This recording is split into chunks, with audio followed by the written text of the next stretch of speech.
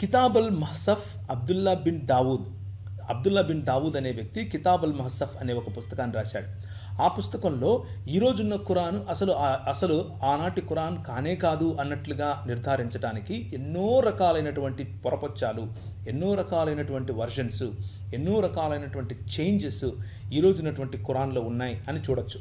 ఈ దొంగ దావా ప్రచారకులకు తెలియని విషయం ఏమీ కాదు. తెలుగులోనే ఎన్ని తర్జుమాలు ఉన్నాయి, ఆ తర్జుమాలలో ఒక్కొక్క వచనము ఎంత వైరుధ్యంగా, ఎంత విభేదిస్తూ ఉంటుంది అన్న విషయం వీళ్ళకి తెలియందేమీ కాదు. మొట్టమొదటిగా తెలుగులో దివ్య ఖురాన్, రెండవదిగా తెలుగులో పవిత్ర ఖురాన్, మూడవదిగా ఎహసానుల్ బయాన్ అనే ఖురాన్, ఆ తర్వాత ఖురాన్ సందేశం, ఆ తర్వాత ఖురాన్ భావామృతం. ఇలా నోటికొచ్చినట్లు ఒక్కొక్క ఖురాన్ రాసేసుకుని ఆ ఖురాన్ తెలుగు ప్రజలపైన రుద్దేసి ఇది ఖురాన్ భావామృతం, ఇది దివ్య ఖురాను, ఇది పవిత్ర ఖురాను అని చెప్పుకుంటున్నారు. మరి అక్కడ కనిపించినటువంటి పొరపచ్చాలు, అక్కడ కనిపించినటువంటి రివిజన్స్ ఈ బైబిల్లో కనిపించాయని ఎలా చెప్తున్నారు? ఒకవేళ ఖురాన్ ఏ తప్పులు లేకుండా గనక అరబీ భాషలో వచ్చి ఉంటే ఇన్ని ట్రాన్స్లేషన్స్ ఎందుకు వచ్చాయి? తెలుగులోనే ఇన్ని ట్రాన్స్లేషన్స్ ఎందుకున్నాయి? ఒక్కొక్క ట్రాన్స్లేషన్లో ఒక్కొక్క రకంగా ఎందుకు వ్రాయబడి ఉంది? ఇంగ్లీష్లో ఇన్ని ట్రాన్స్లేషన్స్ ఎందుకున్నాయి? ఒక్కొక్క ట్రాన్స్లేషన్లో ఒక్కొక్క రకంగా ఎందుకు వ్రాయబడి ఉంది అని అడిగినప్పుడు వాళ్ళు ఏమంటారు అంటే, జనరల్గా ఇది లేదండి, ఇది కేవలం ట్రాన్స్లేషన్స్ మాత్రమే, ట్రాన్స్లేషన్స్ చాలా జరిగే అవకాశం ఉంది, కానీ ఒరిజినల్ మాత్రం మా దగ్గర ఉంది అని చెప్తూ ఉంటారు. వీరు రాసుకున్నటువంటి ఖురాన్లలో భావాలే మారిపోతాయి. ఖురాన్లో ఉన్నటువంటి తెలుగులో కూడా మార్పులు చేర్పులు మీరు రోజు రోజుకు చేస్తూనే వస్తున్నారు. కానీ మీరు ఒక అడుగు ఎక్కువ వేసి మీ మూల వ్రాత ప్రతులను మార్చుకున్నారు, మూల వ్రాత ప్రతులను కాల్చేశారు. ఖురాన్ గురించి మాట్లాడుతూ ఏమన్నాడు అంటే, ఎవరు ఒప్పుకున్నా ఒప్పుకోకపోయినా ఖురాను నిజంగా అది సంపూర్ణంగా సంరక్షించబడింది అని చెప్తూ 15వ అధ్యాయం 9వ వచనంలో ఏమంటున్నాడు అంటే, నిశ్చయంగా మేమే ఈ జ్ఞాపికను ఖురానును అవతరింపజేశాము మరియు నిశ్చయంగా మేమే దీనిని కాపాడేవాళ్ళము అని అంటున్నారు. ఖురాన్లో చొప్పించలేదు, ఖురాన్లో ఎవరు మానవుడు రాయలేదు అని అనేవాళ్ళు, ఖురాన్ అనే పదమే ఇక్కడ లేదు. అలాంటిది ఖురాన్ అనే పదం ఎందుకు వచ్చింది ఇక్కడ? ఇన్నా నహను నజ్జల్నాల్ జిక్ర వ ఇన్నా లహు లహాఫిజున్. ఇన్నా నహను నజ్జల్నాల్ జిక్ర వ ఇన్నా లహు లహాఫిజున్. ఇన్నా నహను నజ్జల్నాల్ జిక్ర వ ఇన్నా లహు లహాఫిజున్. ఎక్కడుంది ఖురాన్ అన్న పదము? ఉంటే అరబీలో ఉంటే చూపించండి. అక్కడ జిక్రా అన్న పదం ఉంది. ఒక దాంట్లోనేమో ఖురాన్ అని రాసుకుంటారు, ఇంకో దాంట్లోనేమో తౌరాత్ అని రాస్తారు, ఇంకో దాంట్లోనేమో వహీ అని రాస్తారు. అంతా మీ ఇష్టమే. ఇక ఈ ఖురాన్ అసలు ఎవరు రాశారు? మీరు చూసారా? పోనీ ఎవరు రాశారు? ఈరోజు అందుబాటులో ఉన్న ఖురాన్, వీళ్ళు క్రోడీకరించిన ఖురాన్ ఒకటేనా? 7 అహరూఫ్లలో 7 కిర్యాత్లలో ఖురాన్ వచ్చింది అని చెప్పుకునే మీరు కేవలము ఈరోజున్నటువంటి ప్రొనౌన్సేషన్లోనే ఖురాన్ ఉండాలి అని డిసైడ్ చేయడానికి మీకు ఎవరు అధికారం ఇచ్చారు? అప్పుడు రాయించినా అని చెప్పారు. ఎక్కడుంది చూపించండి, ఉంటే తీసి చూపించండి. ఉంటే తీసి చూపిస్తే సరిపోతుంది. ఫలానా మ్యూజియంలో ఉంది అని అంటున్నారు. ఫలానా మ్యూజియంలో ఉన్నటువంటి ఆ ఖురాన్లో ఈరోజు మీ చేతిలో ఉన్నటువంటి 114 సురాలు కనుక ఉంటే చెప్పండి. 400కు పైగా యమామా యుద్ధంలో చనిపోయిన మాట మీకు తెలీదా? అంటే ఒరిజినల్గా ఒకటి ఉంటే దాన్ని కొట్టేసి దానిపైన ఇంకోటి కొత్తది రాసుకున్నారు. ఇది మీ ఖురాన్ యొక్క గతి. అసలు అల్లాహ్ వ్రాయమని అననప్పుడు ఎందుకు రాశారు? అసలు అల్లాహ్ కాల్చమన్నప్పుడు మీరెందుకు కాల్చారు? అల్లాహ్ కాల్చమని చెప్పాడు అని చూపించండి. ఆయన 15వ అధ్యాయంలో ఏమన్నాడు? నేనే ఇచ్చాను, 9వ వచనంలో దాన్ని నేనే కాపాడతాను అని అన్నాడు. మరి ఎందుకు కాపాడలేకపోయాడు? నిజమైన దేవుడు, త్రియేక దేవుడు, అబ్రహాము, ఇస్సాకు, యాకోబుల దేవుడుగా చెప్పుకున్నటువంటి యెహోవా మా మధ్య ఉన్నాడని యేసుక్రీస్తు నామములో ఆయనకే ఈ ప్రార్థనను సమర్పించుకుంటున్నాము తండ్రి, ఆమెన్. ఎవరో గడ్డాలు పెంచుకుంటారు, మీసాలు పెంచుకుంటారు, తలలో జుట్టు పెంచుకుంటారు, చెట్టు కింద కూర్చొని నేనే యెహోవాను అంటారు. ఇంకెవడో గుహలోకి వెళ్తాడు, నాకెవరో వచ్చారు, దేవుడు మాట్లాడాడు అంటాడు. అన్ని మతాలు ఒకటే అని చెప్పేవాళ్ళు ఉన్నారు, అందరూ దేవుళ్ళు ఒకటే అని చెప్పేవాళ్ళు ఉన్నారు. ఆ దేవుళ్ళు ఇంకెవరో కాదు యెహోవానే అని చెప్పుకునేవాళ్ళు ఇంకా చాలామంది ఉన్నారు. వాళ్ళలో ప్రాముఖ్యంగా చెప్పుకోవాలి అంటే మన ముస్లిం సహోదరులు ఉన్నారు. ఖురాన్ 3వ అధ్యాయము 54వ వచనం వాళ్ళు ఏమని రాస్తున్నారంటే, ఇశ్రాయేలు సంతతి వారు ఈసాకు వ్యతిరేకంగా రహస్యపు టెత్తులు పన్నసాగారు. వమకరల్లాహు వల్లాహు ఖైరుల్ మకరీన్. దీనికి ఉర్దూ ట్రాన్స్లేషన్ చేస్తూ ఏమన్నారంటే, और उन लोगों ने खुफिया तब्दीरी की और अल्लाह ने भी खुफिया तब्दीर की और अल्लाह सबसे अच्छी तब्दीर करने वाला है. ఖురాన్ 10వ అధ్యాయం సూరా యూనుస్ అంటారు దాన్ని, 21వ వచనం చూడండి. అల్లా ఎత్తులు వేయటంలో మీకంటే శీఘ్రగామి ఆయన దూతలు మీ పన్నాగాలను వ్రాస్తూ పోతున్నారు. 13వ అధ్యాయం 42వ వచనం సూరా రాద్. ఆయన నిర్ణయాలను పునః పరిశీలించగలవాడెవడూ లేడు, లెక్క తీసుకోవడం ఆయనకు ఎంతోసేపు పట్టదు. వారికి పూర్వం గతించిన ప్రజలు కూడా పెద్ద పెద్ద పన్నాగాలు పన్నారు, కానీ నిర్ణయాత్మకమైన అసలు పన్నాగం పూర్తిగా అల్లా చేతిలోనే ఉంది. నిర్ణయాత్మకమైన అసలు పన్నాగము ఎవరు పన్నగలరు? అల్లాహ్ పన్నగలడు. 8వ అధ్యాయము, దీన్ని సూరతన్ ఫాల్ అంటారు. 30వ వచనం, సూరతన్ ఫాల్ 30వ వచనం. నీకు వ్యతిరేకంగా పన్నాగాలు పన్నుతూ ఉన్నారు, నిన్ను నిర్బంధించాలని, లేదా నిన్ను హత్య చేయాలని, లేదా నిన్ను దేశం నుంచి బహిష్కరించాలని వారు తమ ఎత్తులు తాము వేస్తున్నారు, అల్లా ఎత్తు తాను వేస్తూ ఉన్నాడు. 27వ అధ్యాయం 50వ వచనం, దీన్ని చూడండి. వారు ఈ విధంగా పన్నాగం పన్నారు, ఒక పన్నాగాన్ని మేము కూడా పన్నాం అని అల్లా చెప్తున్నాడు.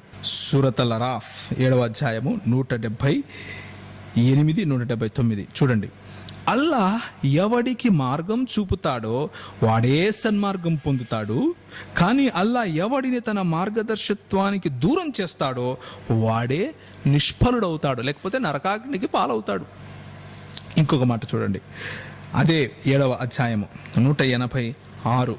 అల్లాహ్ తన మార్గదర్శత్వం నుంచి దూరం చేసే వ్యక్తికి మరొక మార్గదర్శకుడు ఎవ్వడూ లేడు.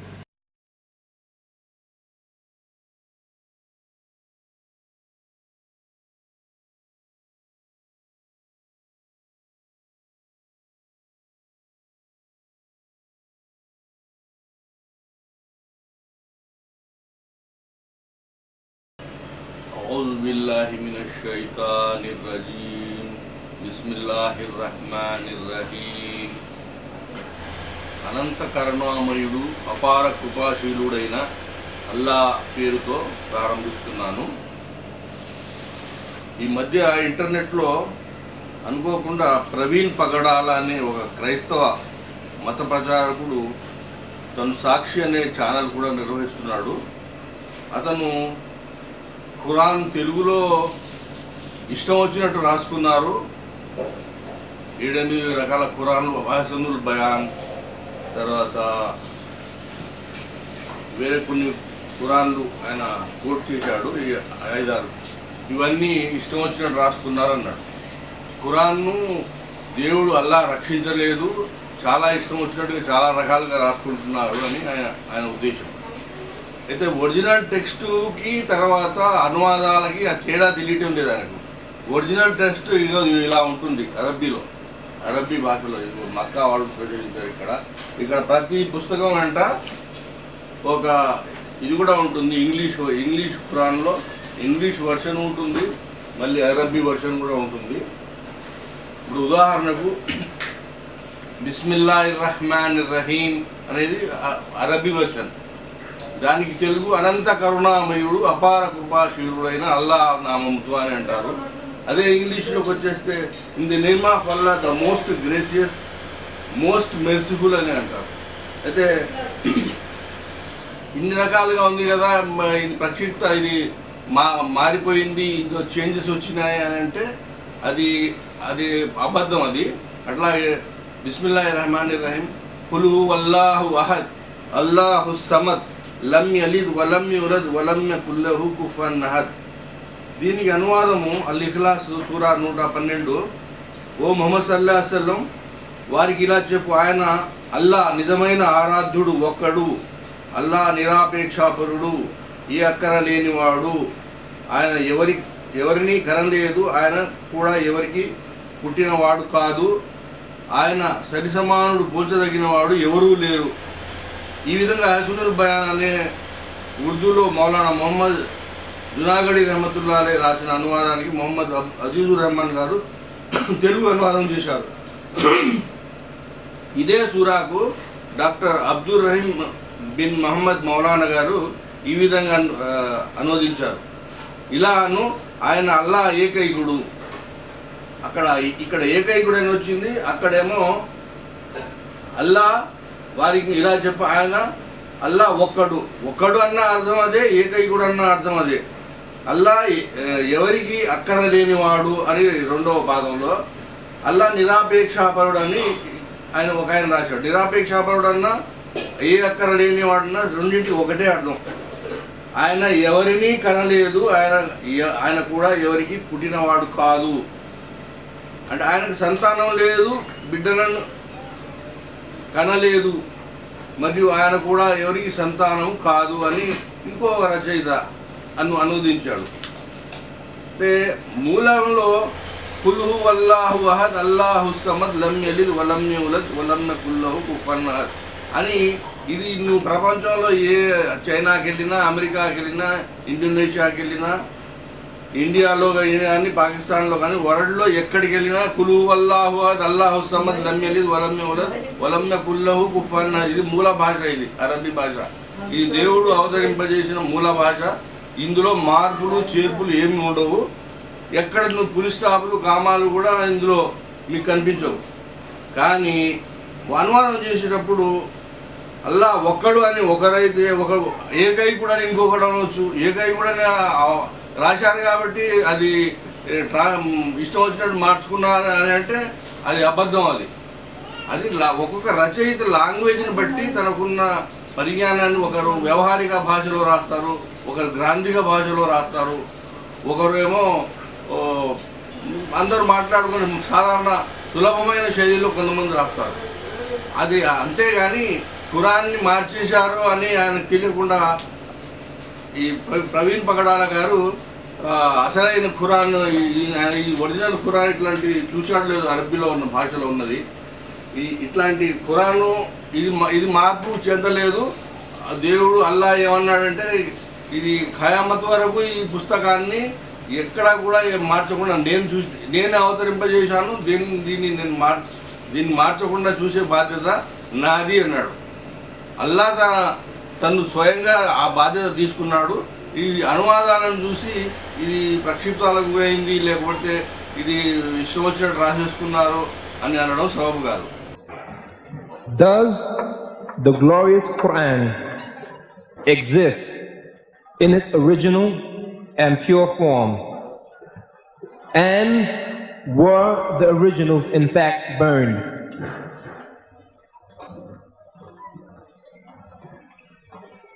There is an Osmani Quran, under Khalifa Osman.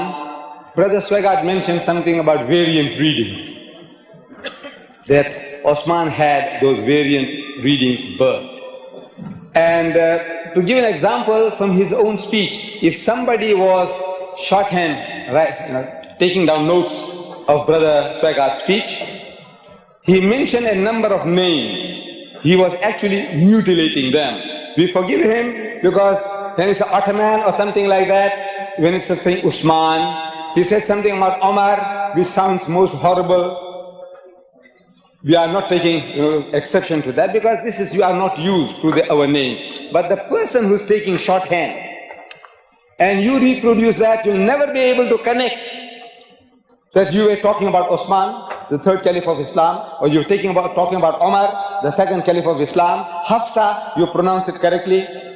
So in that case, if I was going through the notes for publication, Brother Swagat's speech, you expect me to leave it as it is? You know what, the way mutilated spelling of Ottoman, this is not Ottoman, it's Usman. So I would say O-T-H-M-A-N instead of Ottoman. I said, look, it's O-S-M-A-N, Osman. Wouldn't I do that?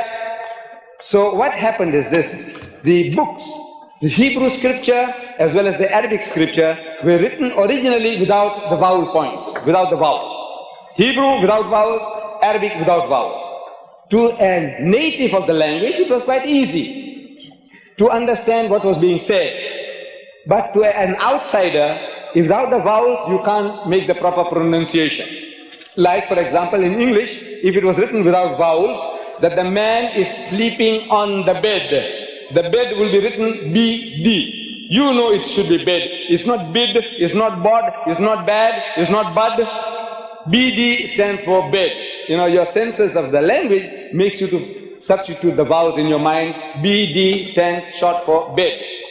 The Arab knew that and the Jew knew that about his language. But as soon as it goes to a foreign nation, the person doesn't know how to pronounce.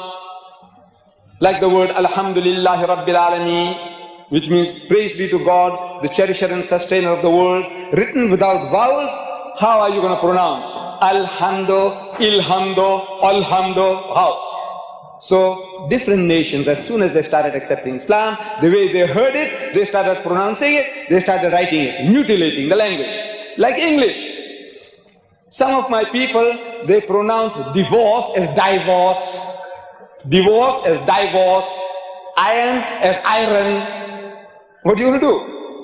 Our spelling between the English of the Englishman and the English of the American, your spelling varies, but fortunately this sound, the pronunciation is not varying. But if that produces a difference in the pronunciation, you say no, you'll have to change it. So those variant readings of the various pronunciations, is that look, the revelation was given in the dialect of the Quraysh, the family, the tribe of Muhammad, and that pronunciation should be preserved. So every other pronunciation with different vowel points, it says eliminate them. And that one that was done by Osman is preserved in the museum, in the Topkapi Museum in Istanbul, that is in Turkey.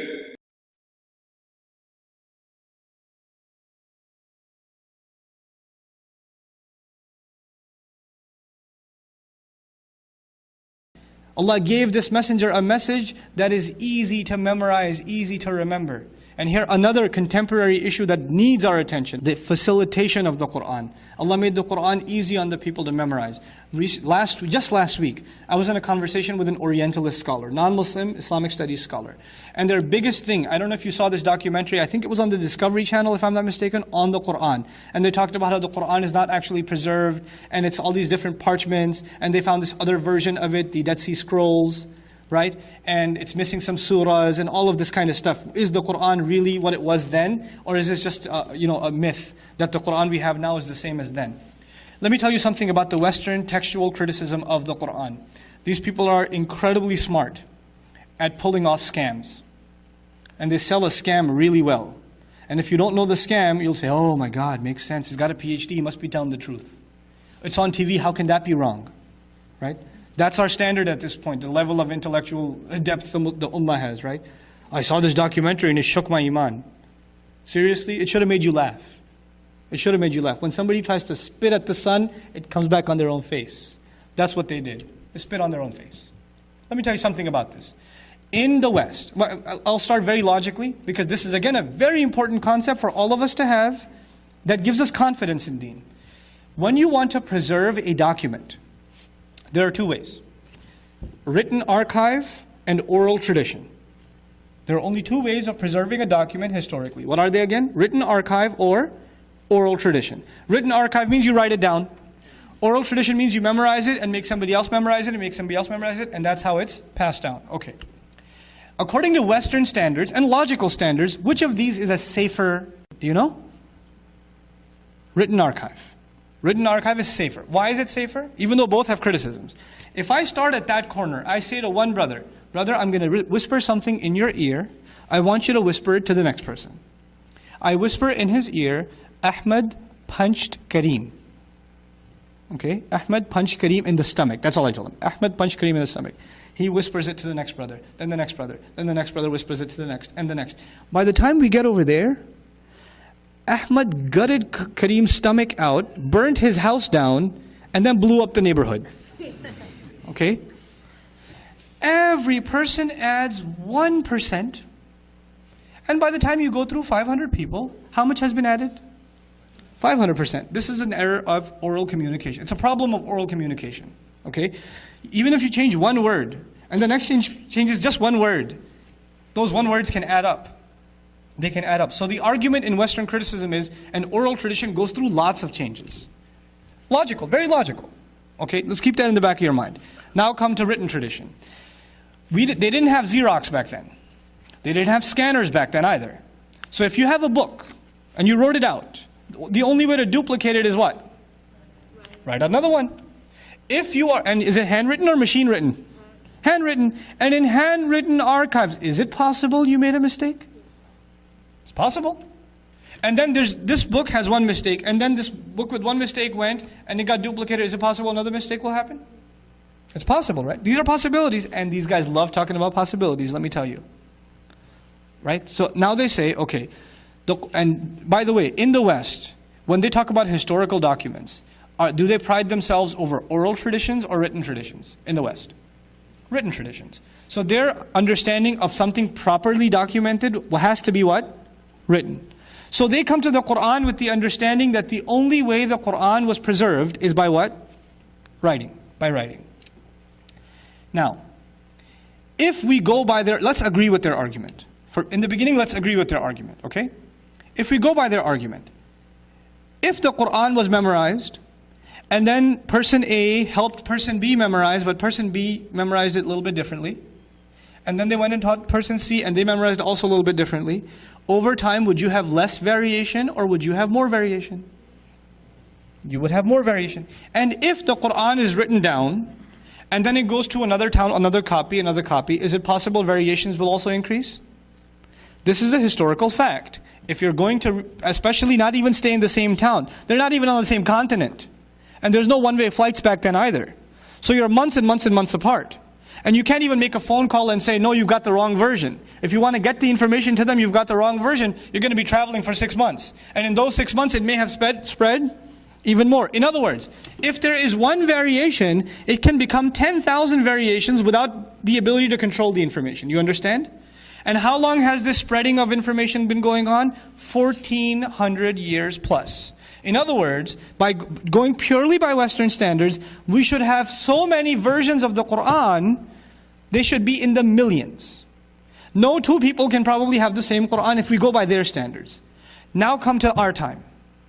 You take a kid who memorized Quran in Jiang province, China. And then you take a kid who memorized Quran in Somalia. And you take a kid who memorized Quran at IQA. And they're hanging out together one day. And one is reciting Baqarah. And one speaks Chinese, one speaks Somali, right? One speaks English. They can't talk to each other, but one's reciting Baqarah. Can the other one correct him? They can. The fact that the Quran was primarily preserved by making it easy to remember. There is no document in human history that was predominantly protected by memorization. Memorization is a way to create variation, but in the Quran's case, memorization became a means to create unity and the lack of variation. What is usually associated with too much variation now became no variation at all, and their only answer to that is there must be some conspiracy by which they stopped all these other versions from coming out. Can you help me? Has there been any other conspiracy where there's no leaks? Millions of people from different civilizations memorizing the same exact thing. And Allah saying miraculously, وَلَقَدْ يَسَّرْنَا الْقُرْآنَ لِلذِّكْرِ. We no doubt made the Quran easy for remembrance, and for dhikr includes memorization. Allah made it miraculously easy for memorization. Tell me any other document that has this kind of preservation. And if they say, we don't know if the Quran's preservation is intact, let's put it to the test. Let's make a giant vault, put all the copies of Quran in there, get rid of them. How long before in Richardson we come up with a new copy of Quran? Through our hufad, in this zip code. We don't even have to go to the next zip code. You can cut off our internet access and phone lines too. And how long before they come up with another Bible? Think about it. Even another copy of the United States Constitution. Let's just do that. That's not even thousands of years old. That's a couple of 100 years old. Let's just take it away and let's see if they can come up with it. Word for word. Let's see how long that takes them and how long it takes us to come with Quran again. Allah says He preserved it. Inna nahnu nazzalna dhikra. He preserved it in a way, even if you try to corrupt it. There were attempts to make surah, they publish copies of Quran, it's called Furqan, I think it's called, that's missing some surahs. They say it's the politically incorrect surahs are taken out. And the Muslims are so, how dare they? Don't you have to worry, it's okay. What are they going to do? what they couldn't do for the last 1400 years when Allah said He protected His word. You think these jokers are going to sell 2 books at Amazon.com and compete with Quran? Are you kidding me? There's nothing to worry about. Because we're not responsible for guarding this book. Inna nahnu nazzalna dhikra wa inna lahu lahafidhun. It is only we who are taking responsibility of guarding this book. This is Allah's responsibility. And He made it in a way that the only way to get rid of Quran is to wipe out the entire population of Muslims from the face of the earth simultaneously. That's the only way. Get rid of 1/5, 1/4 of the world's population. That's the only way left to get rid of Quran. In other words, over time, documents become less viable, less valid, and this is the only text that only becomes more valid. You know the biblical studies? In biblical studies, did you know that in most Bible scholars that are doing PhDs from universities here, Bible scholars, they no longer believe that the Bible is historically accurate. They don't believe it. Read the talks by Professor Gerald Dirks or listen to his interview on Brother Eddie's show, thedeenshow.com. Listen to it. He's got a master's degree in divinity.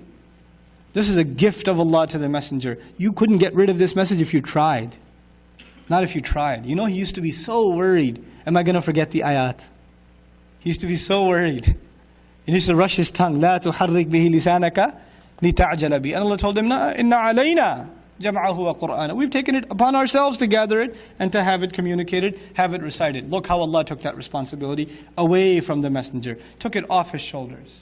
తర్వాత రెండవ point ఏంటంటే ప్రవీణ్ పగడాల గారు చెప్పేది, ఆయన ఖురాన్లో ఓ చోట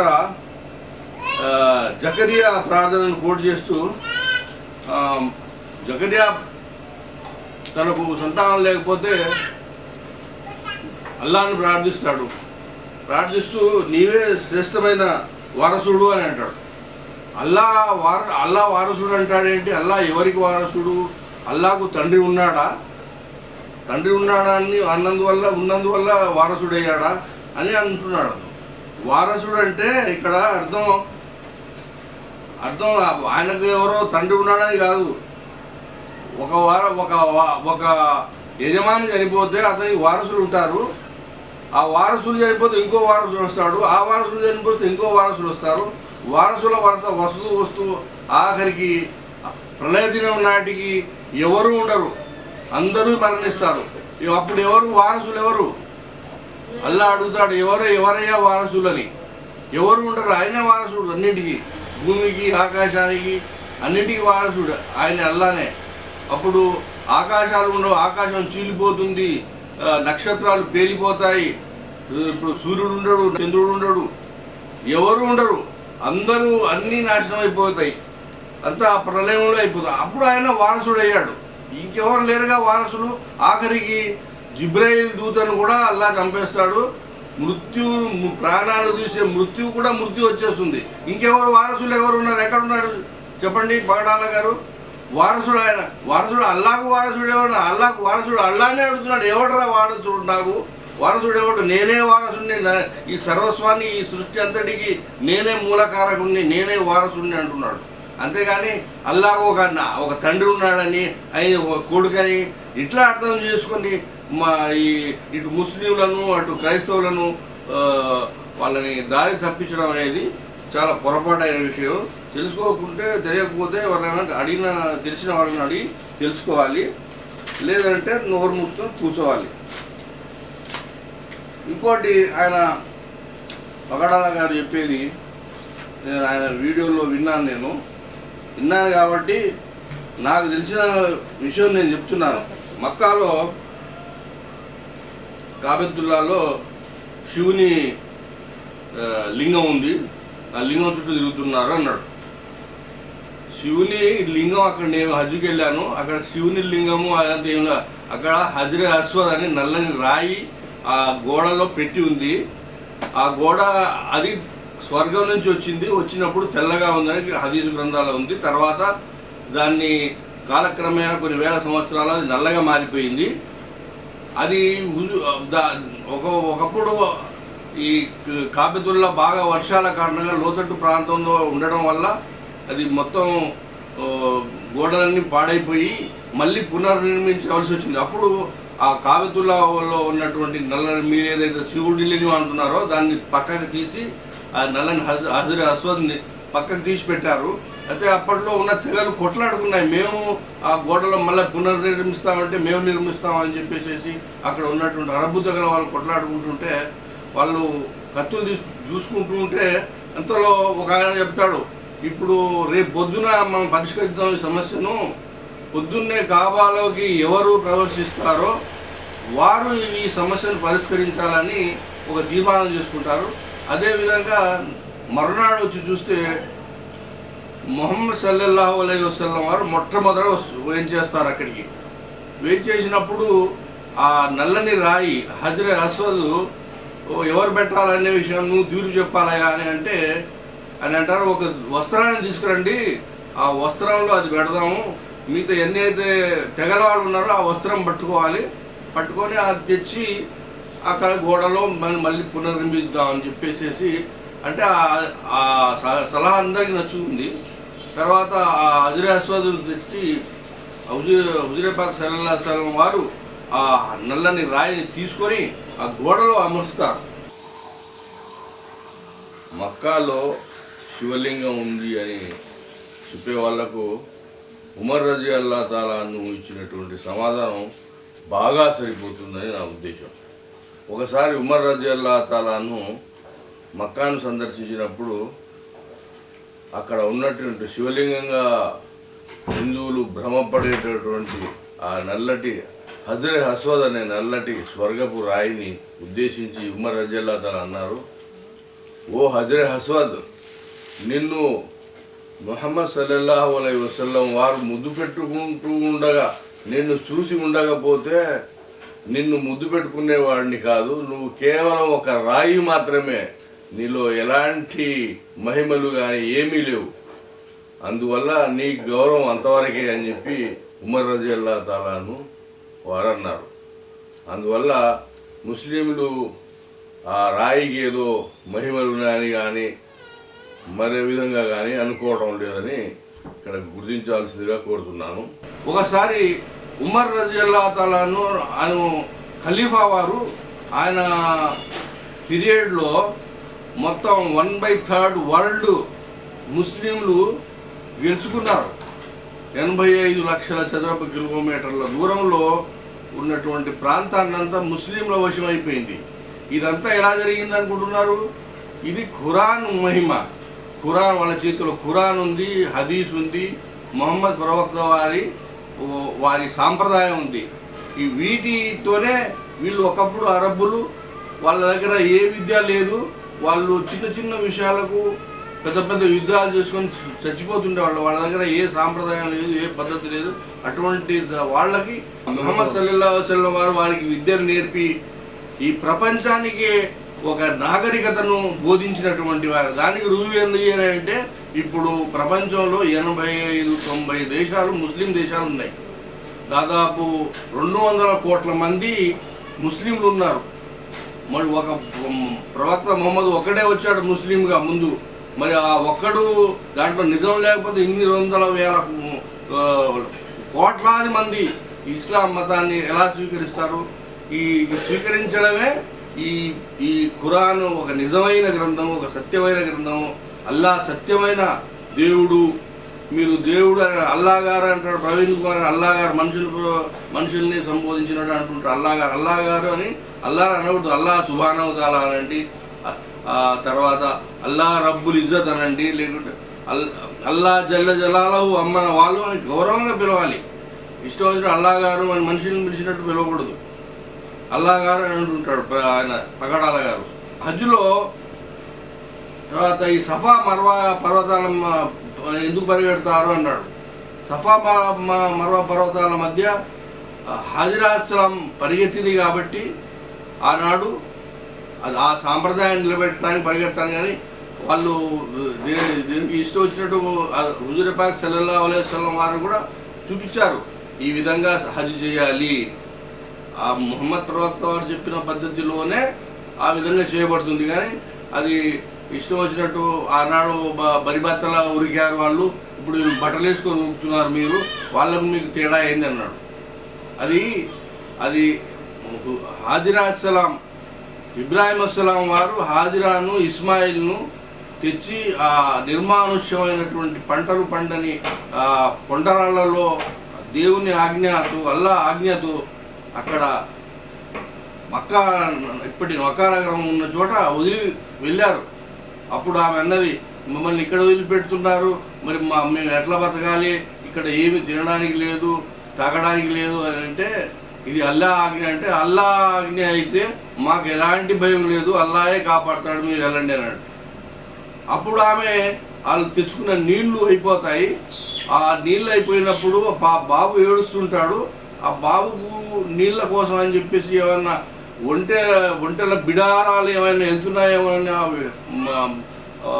ఆ పర్వతం సఫా పర్వతం వైపు పరిగెత్తి ఆ పర్వతం ఎక్కి చూస్తుంది, కానీ బిడారాలు కనపడవు.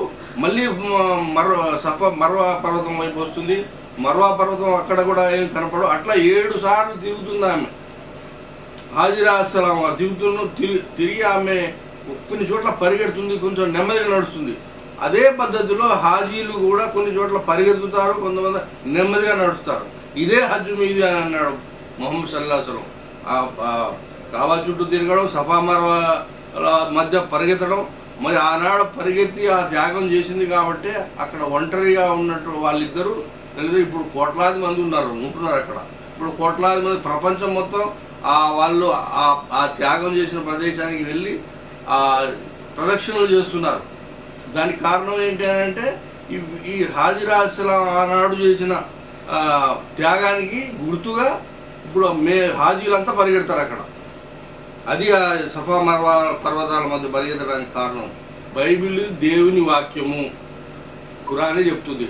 బైబిలే కాదు, తౌరాతు, ఇంజీలు, జబూరు, ఖురాను, ఇవన్నీ అల్లా ఇంకా ఎన్నో పుస్తకాలు వచ్చాయి. దాదాపు 1,24,000 మంది ప్రవక్తలు ఈ లోకంలో అవతరిస్తే ప్రతి ప్రవక్త మీద అవతరించినటువంటి గ్రంథం అంతా అల్లా రాసిన గ్రంథమే. రచయిత ఒక్కడే, బైబిల్కు రచయిత ఒక్కడే, తర్వాత మూసా మీద అవతరించిన గ్రంథం మీద రచయిత ఒక్కడే, ఖురాన్కు రాసిన రచయిత ఒక్కడే.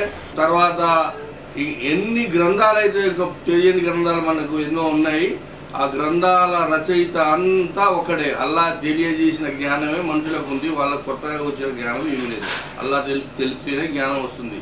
అల్లా బైబిల్లో చెప్పినా ఖురాన్లో చెప్పినా అల్లా తెలియజేస్తేనే ఆ జ్ఞానం ద్వారానే మానవుడు ఎనాలిసిస్ చేసుకొని శాస్త్ర సాంకేతిక రంగాల్లో అతను ముందుకెళ్తున్నాడు.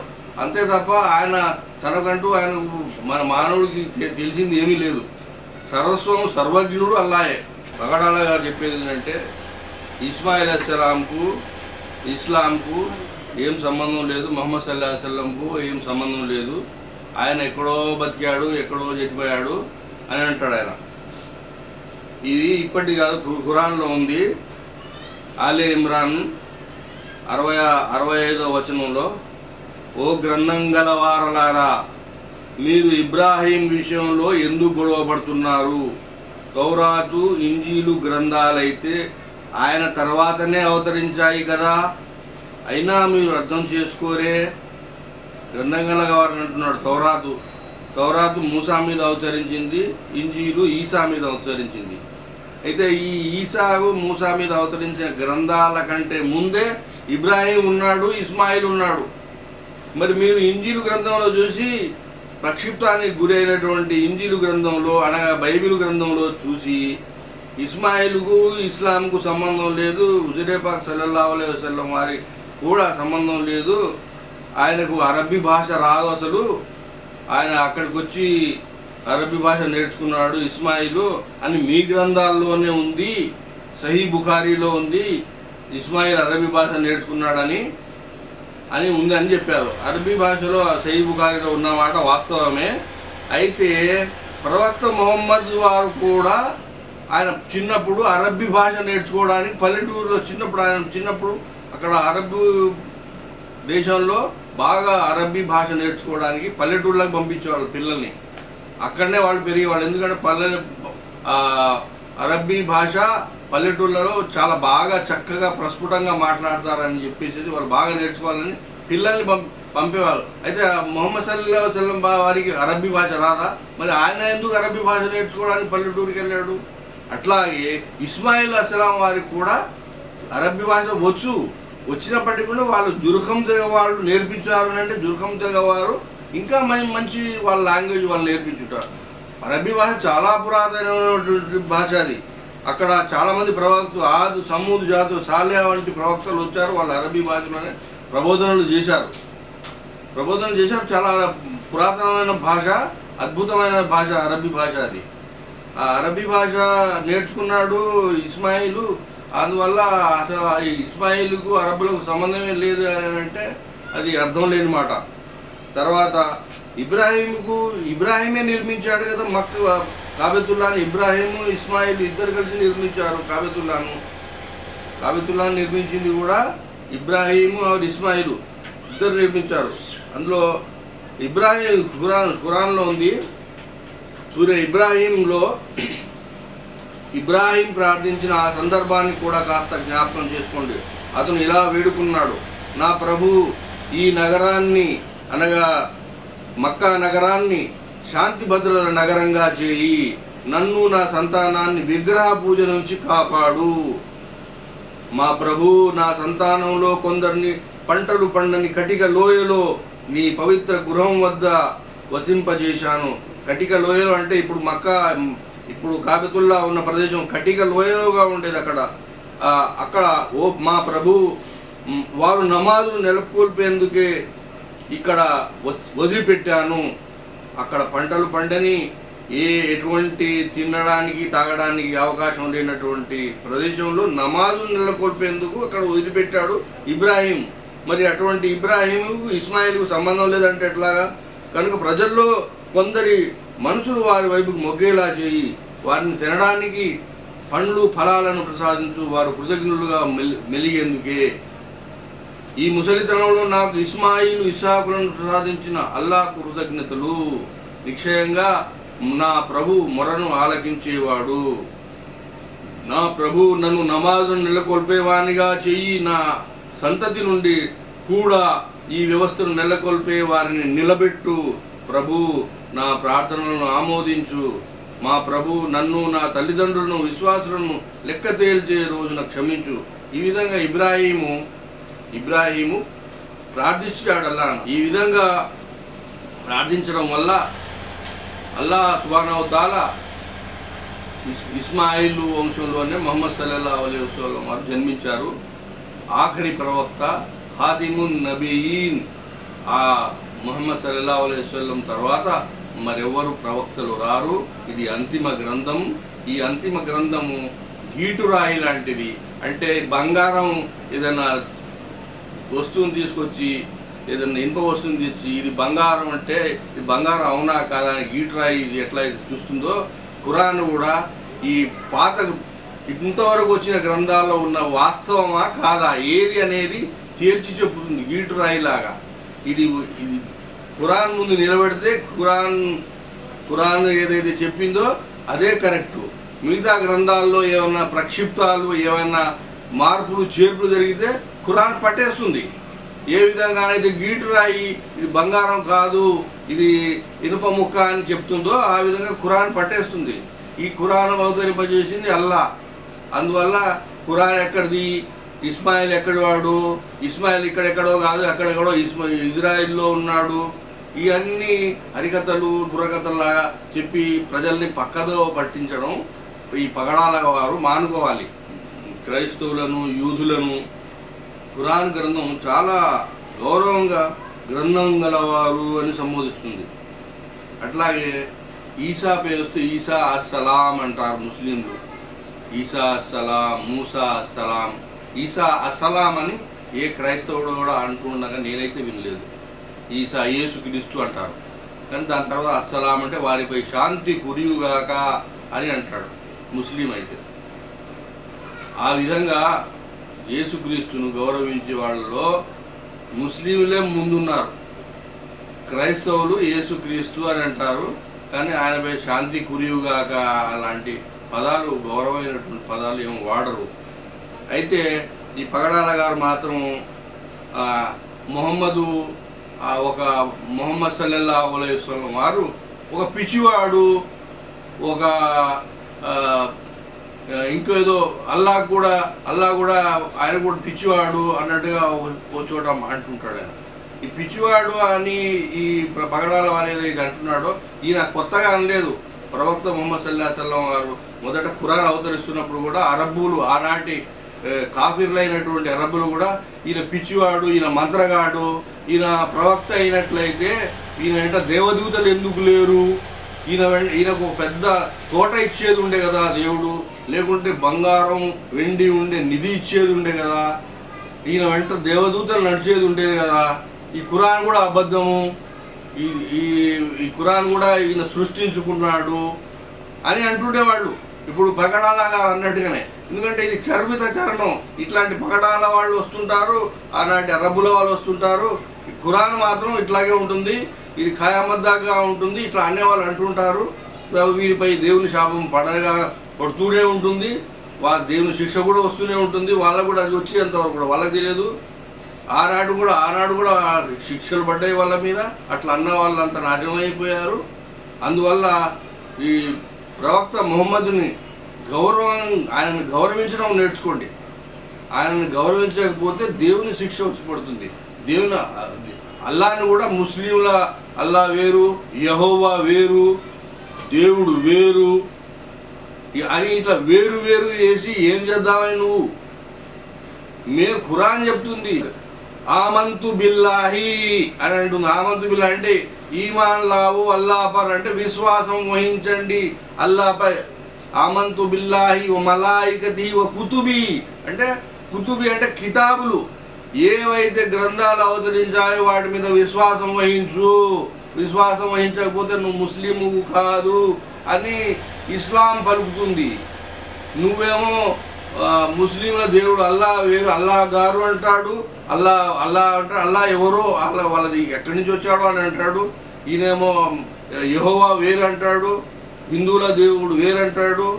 ఇట్లా విభజించి పాలించడం అనే పద్ధతి ఏదైతే ఉందో ఇది దేవుని శిక్షకు గురి అయ్యేటటువంటి ఈ పలుకులు, ఇటువంటి అజ్ఞానపు పలుకులను పలకడం మానేస్తే మీ భవిష్యత్తుకు మంచిది. లేకుంటే రేపు పొద్దున నువ్వు అన్నావు ఏది దేవునికి వారసుడు ఎవరు, అల్లాహే వారసుడైతే ఆయన తండ్రి ఎవరు అన్నట్టుగా మాట్లాడావు. రేపు పొద్దున ఖయామత్ నాడు నువ్వు నేను వారసుడు అంటే నాకే వారసులను సృష్టిస్తావు, నాకే వంశాన్ని అడగడతావా అని అల్లా ప్రశ్నిస్తే నువ్వు సమాధానం ఇవ్వగలవా? ఖయామత్ నాడు నీ గల్లా పట్టుకుంటాడు, నువ్వు సమాధానం ఇవ్వగలవా? అందరినీ అడుగుతాడు. ఎవరైతే తప్పులు చేశారో ఖయామత్ నాడు ప్రతి వాడి పుస్తకం తెరవబడుతుంది, ప్రతి వాడి చిట్టా విప్పబడుతుంది. ఎవరెవరు ఏమేమి తప్పులు చేశారో అవన్నీ మంచికి చిన్న రవ్వంత మంచి చేసినా నీకు ఆ మంచికి ప్రతిఫలం వస్తుంది, రవ్వంత చెడు చేసినా ఆ చెడు కూడా ప్రతిఫలం లభిస్తుంది. అందువల్ల ఇష్టం వచ్చినట్టు ఇస్లాం గురించి మాట్లాడటం తెలియకపోతే తెలియకుండా ఉండాలి. ఏదో 2 పుస్తకాలు చదువుకొని నాకు అంతా వచ్చు అని అంటే ఎట్లా? ఎవరన్నా ఇమాముని అడుగు, మసీద్ ఇమామును మామూలు అని అడిగినా కూడా చెప్తారు ఇస్లాం గురించి. అంతే తప్ప వీడియోల్లో ఇంటర్నెట్లో దుష్ప్రచారాన్ని, విష ప్రచారాన్ని ఈ పగడాల వారు మానేస్తే చాలా బాగా ఉంటుంది. ప్రవీణ్ పగడాల గారు అంటున్నారు, యమామా యుద్ధంలో 400 మంది ఉఫాదులు అంటే ఖురాన్ను బైహాడ్ చేసిన వాళ్ళు షహీద్ అయ్యారు కాబట్టి ఖురాన్ అంతా పోయింది అని అంటున్నారు. అయితే ఆ 400 మంది కాకుండా ఇంకా అనేక వేల మంది హృదయాల్లో ఖురాన్ సురక్షితంగా ఉంది.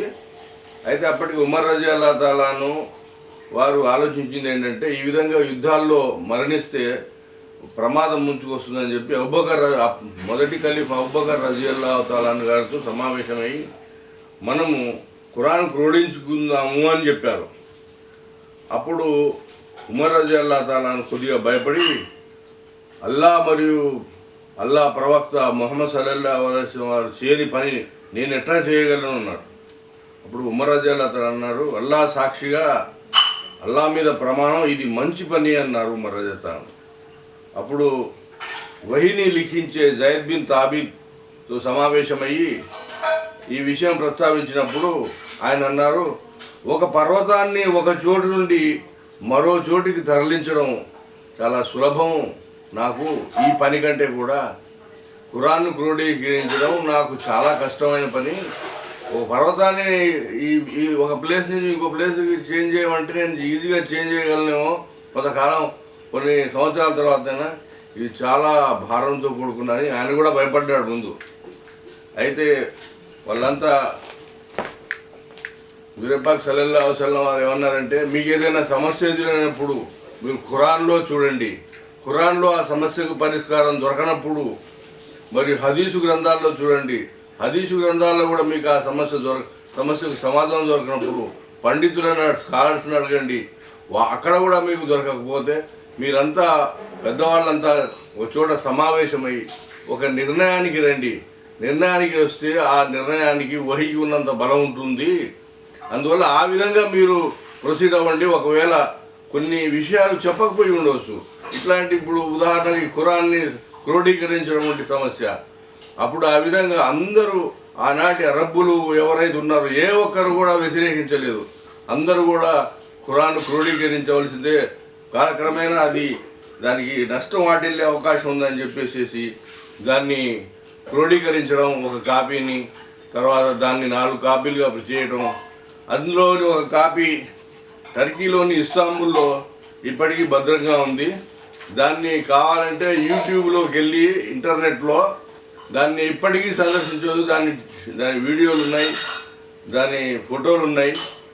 అందులో మొత్తం 1వ సూరా నుంచి 114 సూరాలు మొత్తం ఉన్నాయి. అందులో ఒకటి ఉండి ఒకటి లేకపోవడం అటువంటిది ఏమి లేదు, మొత్తం ఖురాన్ అంతా ఉంది. అందువల్ల ఖురాన్ ఏదో మాయమైంది, యమామా యుద్ధంలో మరణించినందువల్ల ఖురాన్ లేదు, అప్పటి మొహమ్మద్ ప్రవక్త ఉన్నటువంటి కాలంలో ఉన్నటువంటి ఖురాన్ లేదు అని ఆరోపించే వాళ్లకు సమాధానం ఇదే. తర్వాత ఖురాన్ ప్రత్యేకత ఏంటంటే, హదీసులో వచ్చిన విషయం చెప్తున్నాను. ఖురాన్ను మార్గదర్శకత్వం కోసం ఎవరైనా చదివితే అది నీకు మంచి మార్గదర్శకత్వం ఇస్తుంది, నీకు స్వర్గం వరకు చేరుస్తుంది. అదే ఖురాన్లో తప్పులు ఇద్దాము, దీంట్లో క్రిటిసైజ్ చేద్దాము, దీంట్లో ఏదైనా వెతుకుదాము, చెడును తీద్దాము అని ఎవరైనా కనుక వెతికితే అది నీకు అపమార్గాన్ని ఇచ్చి నరకం వరకు చేరుస్తుంది. అందువల్ల నీ ఏ నియతితో చదివితే ఆ నియతు ప్రకారం నీకు ఖురాను ఇది చెప్తుంది. పర్వీన్ పగడాల గారు అన్నారు, వమకరల్లాహు వల్లాహు ఖైరుల్ మాకిరీన్. అల్లా వారు పథకం రచించారు, అల్లా కూడా పథకం రచించాడు. వల్లాహు ఖైరుల్ మాకిరీన్. అల్లా ఖైరుల్ అంటే శుభప్రదమైనటువంటి వాడు, శుభప్రదమైనటువంటి పథకాలు రచించేవాడు, ప్లాన్లు వేసేవాడు అని అర్థం. ఇందులో తప్పేమీ ఆయనకు మాకేం తప్పేం కనిపించలేదు. తప్పు కనిపిస్తుంది. ఉదాహరణకు నువ్వు ఒక రోబోట్ సృష్టించావు అనుకో, ఒక రోబోట్ సృష్టిస్తే ఆ రోబోట్ నువ్వు ఇచ్చిన డైరెక్షన్స్ కాకుండా తన సొంతంగా వేరే డైరెక్షన్స్ రాసుకొని అది విధ్వంసం సృష్టించడానికి ప్రయత్నిస్తే రూపొందించిన ఇంజనీర్ ఏం చేస్తాడు, వేరే ప్లాన్ చేస్తాడు. ఏ విధంగానైతే వల్లాహు ఖైరుల్ మాకిరీన్ అని నువ్వు అన్నావో, ఖైరుల్ మాకిరీన్ నీకు తప్పు కనపడింది, కానీ ఇంజనీర్ ఏం చేస్తాడు, ఆ రోబోట్ను విధ్వంసం చేసేస్తాడు, దాన్ని నాశనం చేసేస్తాడు. ఎందుకంటే అది వినపడతలేదు. సరైన డైరెక్షన్ ఇస్తాడు, ముందు ప్లాన్ వేస్తే అది కూడా వినకపోతే ఆఖరికి ఆ రోబోట్ నాశనం చేస్తాడు. అలాగే అల్లా కూడా మానవులు ఎప్పుడైతే తను చెప్పిన మార్గదర్శకత్వాన్ని నిర్వహించకపోతే వాళ్ళని సర్వనాశనం చేశాడు, వాళ్ళ పట్టణాలను సర్వనాశనం చేశాడు, ఆ మనుషులను సర్వనాశనం చేశాడు, ఆ వంశాలను గతి లేకుండా పేరు కూడా వినని అనేకమైనటువంటి ఆదు సమూదు వంటి పెద్ద పెద్ద సమాజాలను సర్వనాశనం చేశాడు. అది ఆ సర్వనాశనం చేయడానికి పథకాలు రచించాడు. ఆ పథకాలు వాళ్ళకి అవకాశాలు ఇచ్చాడు, ప్రవక్తలను పంపించాడు, మంచిగా అయ్యేటటువంటి కావలసిన మార్గాన్ని చూపించాడు. అప్పుడు అలా వినకపోయినప్పుడు వారిని సర్వనాశనం చేశాడు. అట్లాగే ఇంకోటి 7 రకాల హిరాతులు ఉన్న ఖురాన్ను కాల్చేసి అధికారం ఎవరిచ్చారు అని అడిగారు ప్రవీణ్ గారు. అయితే ఖురాన్ను 7 రకాల ఉన్న ఖురాన్ను కాల్చేసినప్పటికీ కూడా అది భద్రంగానే ఉంది. అది ఇప్పటికి కూడా ఆ 7 రకాలుగా చదివే వాళ్ళు ఉన్నారు. ఇప్పుడు మీరు కావాలంటే యూట్యూబ్లో కూడా వెళ్ళండి, 7 రకాలుగా చదివి వినిపించే వాళ్ళు కనిపిస్తారు మీకు అక్కడ. అదేవిధంగా కాల్చేస్తే కాలేది కాదు ఖురాన్, దాచేస్తే దాగేది కాదు ఖురాన్. ఖురాన్ని ఒకవేళ ఎవరైనా ప్రపంచంలో ఉన్న ఖురాన్లన్నింటినీ ఇంక్లూడింగ్ ఇస్తాంబుల్లో ఉన్నటువంటి మ్యూజియంలో కానీ, ఇక్కడ హైదరాబాద్లో కూడా మ్యూజియంలో చాలా ఉన్నాయి పాత గ్రంథాలు. అవి నువ్వు ఎక్కడ ఏ పుస్తకం లేడు, ఒక్క పుస్తకం లేకుండా మొత్తం ప్రపంచంలో ఉన్న ఖురాన్లన్నీ కాల్చేసినా కానీ కాల్చేసి 1000 సంవత్సరాలు ఆగు, 1000 సంవత్సరాలు అంటే 20 తరాల తర్వాత కూడా మళ్ళీ పునర్నిర్మించుకోగల శక్తి ముస్లింల దగ్గర ఉంది. ఎందుకంటే ఇది సీనా హార్ట్ టు హార్ట్ వెళ్ళే పుస్తకం. ఇది ప్రెస్ టు ప్రెస్లకు సంబంధించింది కాదు, ఇది హార్ట్ టు హార్ట్ వెళ్ళే గ్రంథం. కాబట్టి ఇది మనుషుల హృదయాల్లో ఉండేటువంటిది. కాబట్టి మానవ జాతి బతికున్నంత వరకు ఖురాన్ బ్రతుకుంటుంది. ఆ విధంగా అల్లాహు తాలా తను వాగ్దానం చేసినట్టు నేనే ఖురాన్ను అవతరించాను, నేనే దీన్ని సంరక్షిస్తాను అని మాట ఇచ్చిన ఆ మాటను అల్లాహ్ తాలా తను వాగ్దానం చేసినట్టు ఆ వాగ్దానాన్ని నెరవేర్చుకున్నాడు. ముస్లిం ఖురాన్లన్నీ కాల్చేసినా కానీ 7 రకాలుగా ఉన్నటువంటి యాసల్లో 7 యాసల్లో ఉంది. కానీ భాష వేరైనా కానీ భావం అంతా ఒకటే. వజుహా అనే ఒకరు అంటే వజుహే అన్నారు, ఇంకొకరు వజుహా అన్నా వజుహే అన్నా అర్థం ఒకటే. అందువల్ల ఆ విధంగా నీకు వజుహేనే నేను చదువుతాను అని ఎవరైనా పట్టుబడితే ఆ విధంగా చదివే వాళ్ళు ఇప్పటికీ ఉన్నారు. ఆ విధంగా నువ్వు కావాలంటే అటువంటి ఖురాన్ కూడా మళ్ళీ పునర్నిర్మించుకునే శక్తి సామర్థ్యాలు ముస్లింలకు ఉన్నాయి. అందువల్ల అదేవిధంగా నువ్వు ఇప్పుడు ప్రస్తుతం ఉన్నటువంటి ఖురాన్కు ముహమ్మద్ సల్లల్లాహు అలైహి వసల్లం వారి ఉన్న జమానాలో ఉన్నటువంటి ఖురాన్కి ఎలాంటి తేడా లేదు, ఎలాంటి మార్పులు చేర్పులు లేవు. అందువల్ల నువ్వు ఇక్కడ ఈ ప్రపంచంలో ఒక ఖురాన్ తీసుకున్న ప్రపంచం అంతా నువ్వు ఇక్కడ నీకు పులి స్టాప్ కానీ ఇక్కడ కామా లేదే అని అది కూడా నువ్వు చూపించలేవు. అంత యథాతథంగా ఉంది, దాంట్లో ఇలాంటి మార్పులు చేర్పులు లేవు. అందువల్ల ఖురాన్ కాల్ చేసినంత మాత్రాన ఆ ఖురాన్ని పునర్నిర్మించుకోలేకపోవడం అనే సమస్య లేదు. 1000 సంవత్సరాలు ఆగి గ్యాప్ ఇచ్చి కూడా మళ్ళీ 1000 సంవత్సరాలు కాదు 10,000 సంవత్సరాలు నువ్వు ఎంతకాలమైనా తీసుకో, మళ్ళీ నిర్మించుకోగల శక్తి ఉంది కదా. అట్లాగే ప్రపంచంలో ఉన్నటువంటి బైబిల్ కానీ ఇంకా వేరే ఇతర గ్రంథాలు కానీ అన్ని కాల్చేసి మళ్ళీ పునర్నిర్మించుకోగల శక్తి ఉందా అని అంటే అది కొద్దిగా నమ్మకం తక్కువే. అది ఎంతమందికి ఉందో అది నాకు తెలియని విషయాన్ని నేను చెప్పలేను. కానీ ఎందుకంటే ఒరిజినల్ స్క్రిప్ట్ లేదు. ఒరిజినల్ స్క్రిప్ట్ ఏది యేసుక్రీస్తు వారు మాట్లాడిన హిబ్రూ భాష కానీ అర్మానిక్ భాషలో కానీ ఉన్నటువంటి పూర్తిగా ఉన్నటువంటి లేదు. ఉంటే మీరు బైబిల్లో పక్కనే ఖురాన్ ఏ విధంగా అయితే అరబిక్ వర్షన్ ఇచ్చి దాని అనువాదాలు ఇస్తారో ఆ విధంగా ఇచ్చేవారు. అవి ఉన్నా కానీ కొన్ని పలుకులు కొన్ని వచనాలు ఉండవచ్చు, ఉన్నా కానీ అంటే యథాతథంగా అన్నీ కాల్ చేస్తే మళ్ళీ నిర్మించుకోగల ఖురాన్ ఏ విధంగానైతే మొత్తం కంఠస్వరం చేసుకున్నారో ఏ విధంగా జ్ఞాపకం చేసుకుని ఉన్నారో ఆ విధంగా ప్రపంచంలో ఏ పుస్తకం కూడా కొద్దిమంది ఉన్నారు. కానీ ఈ విధంగా మాత్రం నీకు ఖురాన్ను బైహాడ్ చేసిన వాళ్ళు ప్రతి ఇంట్లో ఉంటారు, ప్రతి మసీదులో ఉంటారు, ప్రతి మద్రసాలో కనపడతారు, అన్ని చోట్ల ఉంటారు. కానీ దానికి మరణం లేదు. అది అల్లాహ్ అన్నాడు, నేను పరిరక్షిస్తానన్నాడు, అన్న విధంగా పరిరక్షిస్తాడు. ముఖ్యంగా ఈ ఖురాన్లో అది పోయింది ఇది పోయింది అనే వాళ్ళకి సమాధానం అంటే ఖురాన్ యొక్క సెంట్రల్ ఐడియా ఏంటి? లా ఇలాహ ఇల్లల్లా ముహమ్మదు రసూలుల్లా. ఇది లేరెవ్వరు పూజ్యనీయులు, లేరెవ్వరు ఆరాధ్యనీయులు అల్లా తప్ప, ముహమ్మద్ సల్లల్లాహు అలైహి వసల్లం వారు దైవ ప్రవక్త, లా ఇలాహ ఇల్లల్లా ముహమ్మదు రసూల్. ఇది సెంట్రల్ ఐడియా.